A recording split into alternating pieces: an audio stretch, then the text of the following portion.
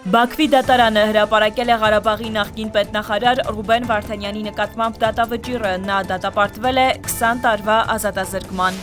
Ազգային ժողովի նախկին պատգամավոր Վահե Հակոբյանից և նրան փոխկապակցված անձանցից պահանջվում է անշարժ և շարժական գույք, ինչպես նաև պարտատոմսեր և գումար բռնագանձել, հայտնում է գլխավոր դատախազությունը։ Խոսքը մի քանի շարժական ու անշարժ գույքի, մեկ իրավաբանական անձու մասնակցության, պարտատոմսերի և ավանդի շուրջ 21 միլիոն դոլարի բռնագանձման պահանջի մասին է։ Մենք հիմա զարգացման և ոչ թե գոյատևման օրակարգի մեջ ենք, նշել է վարչապետը, խոսել պատմության դասերը սերտելու անհրաժեշտության մասին։ Վարչապետը տեղեկացրել է, որ Արագածոտնի Սասունիք բնակավայրի միջնակարգ դպրոցը կառուցված է, Փաշինյանը հիշեցրել է, որ այն խոստացված ծրագրերից է։